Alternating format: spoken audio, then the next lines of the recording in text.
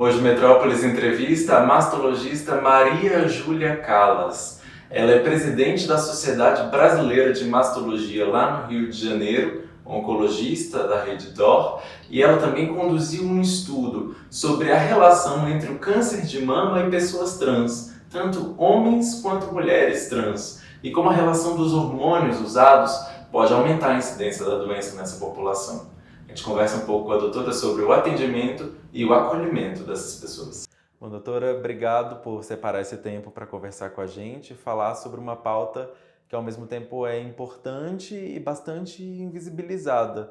Eu queria saber da senhora qual é o impacto da questão do câncer de mama entre pessoas trans e por que ele acaba sendo frequente e ao mesmo tempo tão desconhecido da população.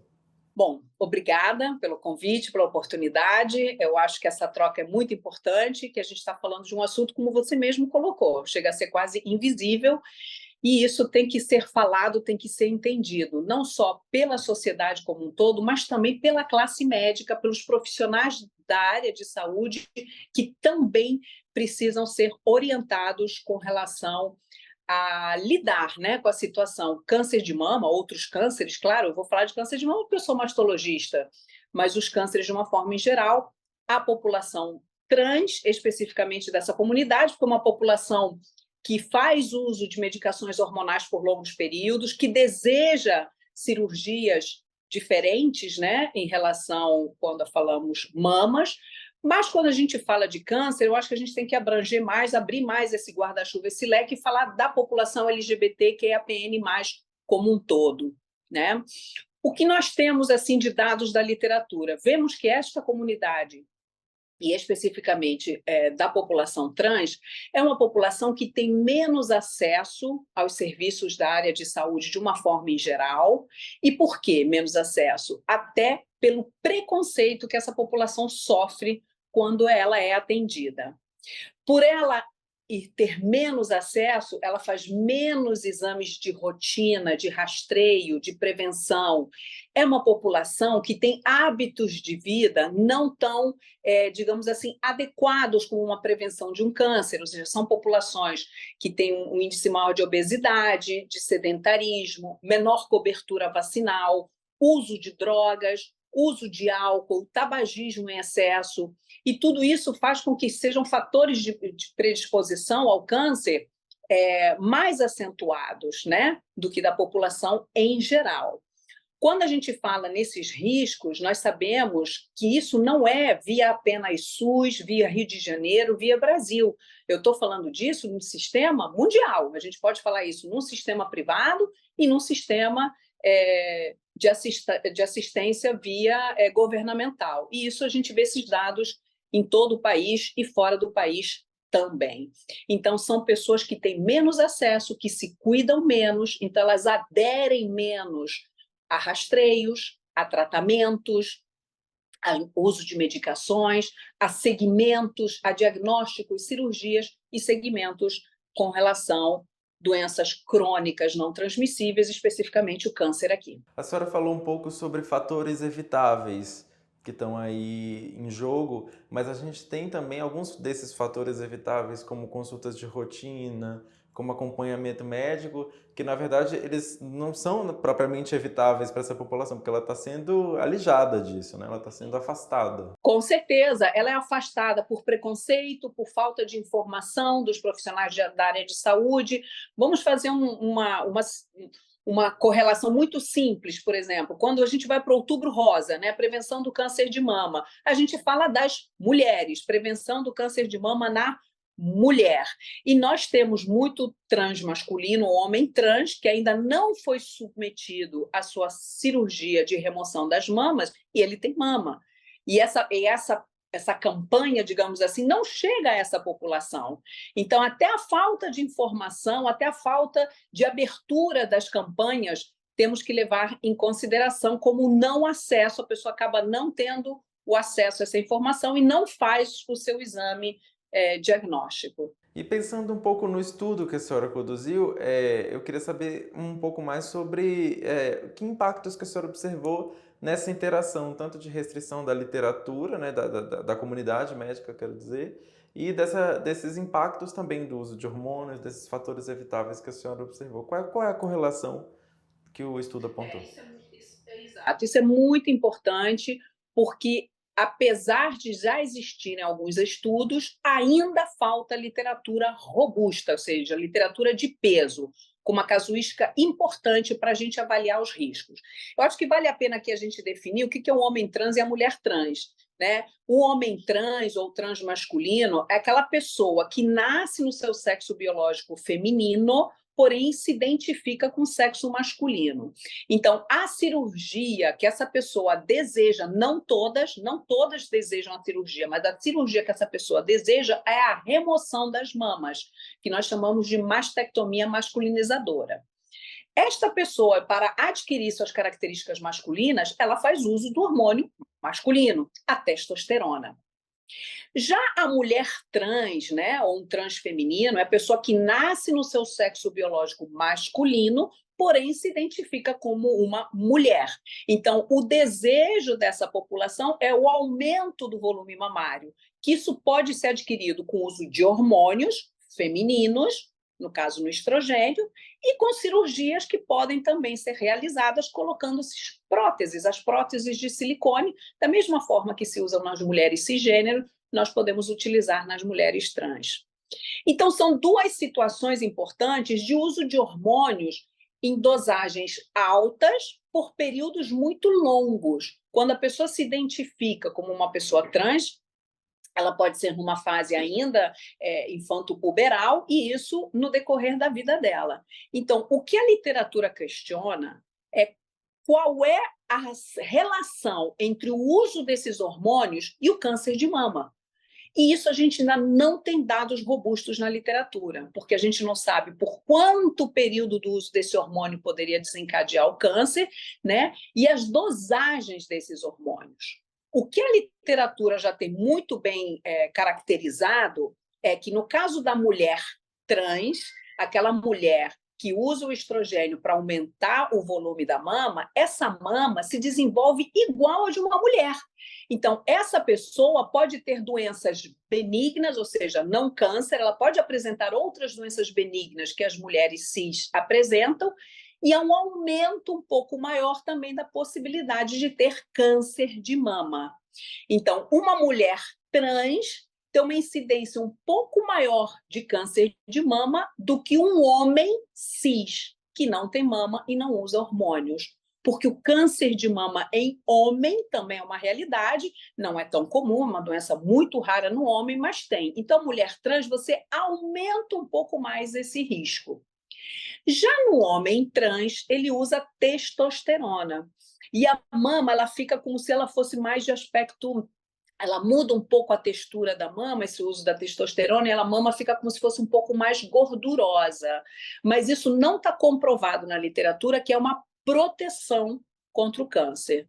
O que a gente tem de proteção no homem trans é que, quando ele deseja a retirada, a remoção das mamas, essa cirurgia é uma cirurgia, digamos assim, preventiva, ou seja, retira a glândula mamária, a gente retira o foco ali da possível evolução para um câncer de mama. Claro. E eu acho importante a gente explicar, doutora, que há uma relação, a gente está falando um pouco sobre isso, mas há uma relação de como se o câncer, alguns cânceres, não só o de mama, se alimentassem dos hormônios, não é isso?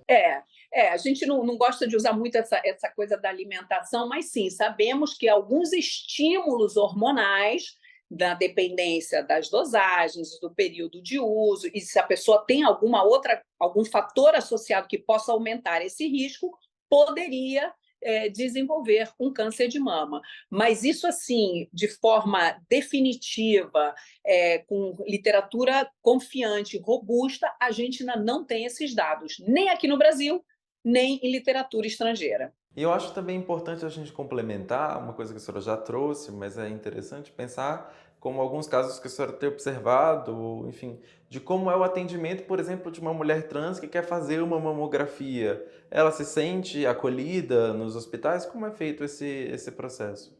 Isso realmente é o que a gente vem batalhando esses últimos anos, o acolhimento dessa população, sim, isso é fundamental, chamar pelo nome desejado, usar o pronome desejado, né? Ou seja, é importantíssimo esse acolhimento. E como é que a gente faz essa questão da mamografia? Isso é muito importante, isso que você tocou, porque também, como que a gente faz? Faz a mamografia ou não faz? Né? Que situações nós vamos fazer?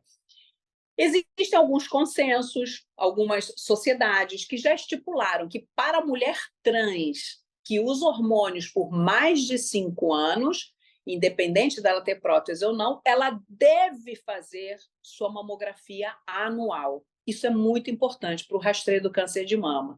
Agora, infelizmente, também eu digo infelizmente porque é muito sofrido a gente saber que em 2024, infelizmente, alguns serviços não estão preparados para lidar com essa população, seja na forma de falar, na forma de orientar, na forma de acolher, até da realização do exame.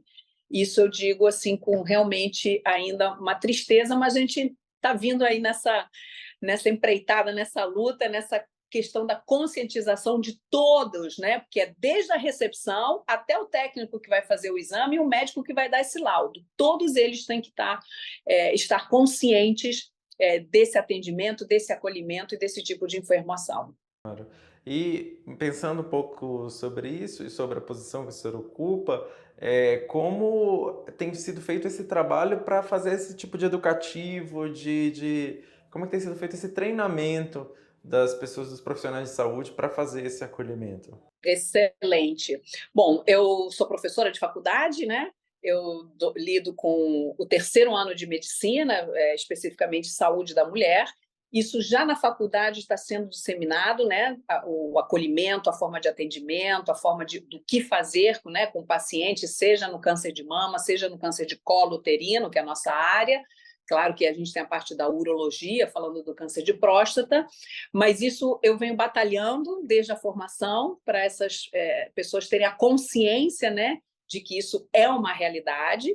Fora isso, como sociedade, nós estamos fazendo inúmeras apresentações, palestras, divulgações, sejam pelas campanhas do Outubro Rosa da sociedade, sejam por eventos em congressos científicos, em congressos para a população leiga e com publicações, que a gente também teve a oportunidade de fazer publicações em revistas médicas científicas. E olha só, com você aqui agora, mais uma chance aí de poder divulgar esse trabalho e conscientizar mais e mais profissionais. Doutora, para a gente caminhar para o encerramento da entrevista, eu queria conversar, porque a senhora está falando dessa carreira e desse trabalho, e eu queria saber como é que tem sido isso também no atendimento, como é que isso tem chegado, digamos assim, nas ruas, como se as pessoas têm se interessado, as pessoas trans têm se interessado em buscar mais atendimento depois desse começo de campanha, como é que tem sido visto os números, digamos assim? Eu acho que sim, ainda tem muito trabalho a ser feito, mas aquelas pessoas que acompanham o nosso trabalho, que nos conhecem, que têm a possibilidade de ver essa nossa dedicação, sim, tem melhorado. Tanto a forma de rastreio como a busca por atendimento, mesmo para poder organizar a sua vida como um todo, não só relacionado ao câncer de mama, mas, como eu disse, ao câncer de colo uterino, outras enfermidades, outras patologias que possam ocorrer até em função dos usos de hormônios, porque nós temos aqui no Rio de Janeiro, especificamente, no Brasil todo, ambulatórios específicos para o uso dos hormônios de forma adequada, acompanhamento dessa população de forma adequada. Então, essa população acaba aderindo mais a essas consultas, a busca por realmente tratamentos eficazes e tratamentos que realmente tenham uma orientação médica, não fazer o uso de hormônios de forma aleatória. Então, eu acho que essa divulgação, essa informação vai chegando, nem que seja de pouquinho em pouquinho, mas ela vai chegando e essa população vai se sentindo mais acolhida, mais consciente e realmente procurando mais atendimento médico. Como uma última pergunta, doutora, eu fiquei pensando também nessa importância do trabalho e nessa expectativa que a gente tem de fazer a divulgação dessa importância, do rastreio, do acompanhamento, mas ao mesmo tempo de como fazer isso sem aumentar o preconceito, dizer que o uso de hormônios é equivocado ou que os comportamentos são de risco. Como a gente pode dosar as duas coisas? O ideal é sempre trabalhar com equipe multidisciplinar, multiprofissional, de forma associada. Então, sabemos que o aspecto psicológico é muito importante, o atendimento, né, dessa pessoa em questão à saúde mental. Então, a gente tem que ter um psicólogo em ação, temos que ter os ginecologistas, os urologistas, claro, nós mastologistas nas questões específicas com relação ao câncer de mama, mas eu acho que o ideal sempre para um melhor entendimento, e os endócrinos, né, que são fundamentais na parte hormonal, o entendimento do atendimento como um todo. É um atendimento multiprofissional, né, porque realmente precisa dessa visão e dessa forma poder orientar, acolher da melhor maneira possível. Então é perfeito. Para encerrar, só queria saber se teve alguma coisa que eu não perguntei e a senhora acha que seja importante destacar numa... Eu acho que falamos sobre tudo, ou seja, falamos do rastreio, que é importante, ou seja, definir quando que essa mulher, ou esse homem, né, o homem trans ou a mulher trans tem que fazer seu exame. Quando a gente fala, por exemplo, no homem trans, que tem a mamas, né, que ainda possui as suas mamas, tem que fazer exatamente igual a mulher cisgênero, né, o rastreio do câncer de mama, tem que ser semelhante. E que pelo SUS a gente estipula entre 50 e 69 a cada 2 anos, pelas sociedades de mastologia, ginecologia e radiologia, dos 40 aos 74 anualmente. Isso é importante só da gente acrescentar com relação ao rastreio do homem trans que não tenha retirado as suas mamas. Mas eu acho que é por aí. Dados são importantes, então estudos robustos são importantes ainda em todas as áreas ligadas à população trans. O acolhimento é fundamental e isso vai de trabalho de formiguinha, podendo divulgar isso em todas as frentes, em todos os profissionais da área de saúde, e os pacientes se sentindo mais seguros e mais acolhidos procuram atendimento adequado, com isso melhores chances de diagnóstico precoce, um tratamento adequado, não radical, com menos custos e melhor qualidade de vida, já que eles têm um sofrimento aí tão grande, com todo, infelizmente, o preconceito que eles sofrem aí por toda a sociedade.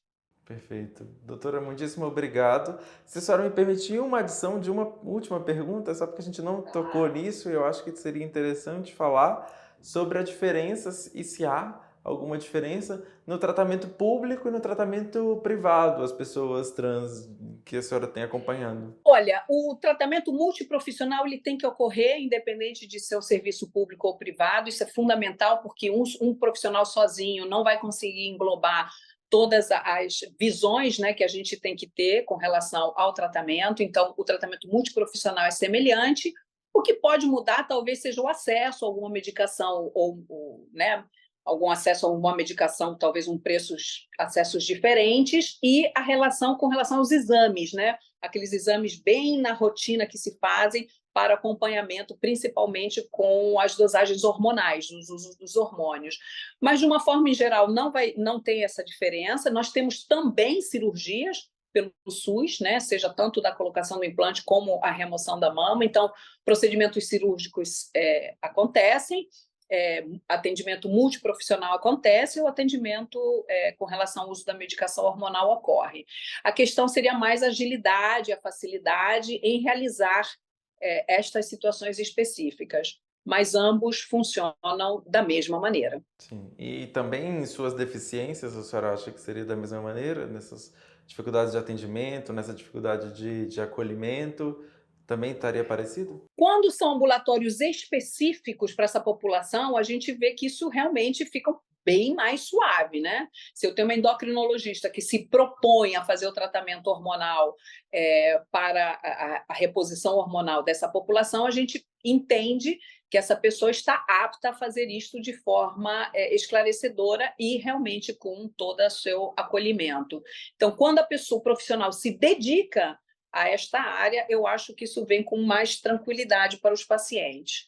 Às vezes é complicado quando, assim, vem um paciente trans no ambulatório de uma pessoa que nunca ouviu falar, né? Às vezes, até os termos, né? Às vezes são confusos para alguns profissionais, aí às vezes a relação fica um tanto quanto mais delicada. Mas para aqueles profissionais que se dedicam à população trans, acredito que isso seja muito gratificante, tanto no SUS quanto no atendimento privado. Bom, muitíssimo obrigado, então, doutora, por separar esse tempinho para conversar com a gente, Imagina. explicar, e agradeço demais a entrevista. Eu que agradeço mais uma vez o convite, a oportunidade. Eu acho que isso aí é fundamental para a gente, aquilo que eu falei, de pontinho em pontinho, de gotinha em gotinha, de fala em fala, a gente vai aí conscientizando mais e mais gente. Eu que agradeço aí o interesse e a oportunidade.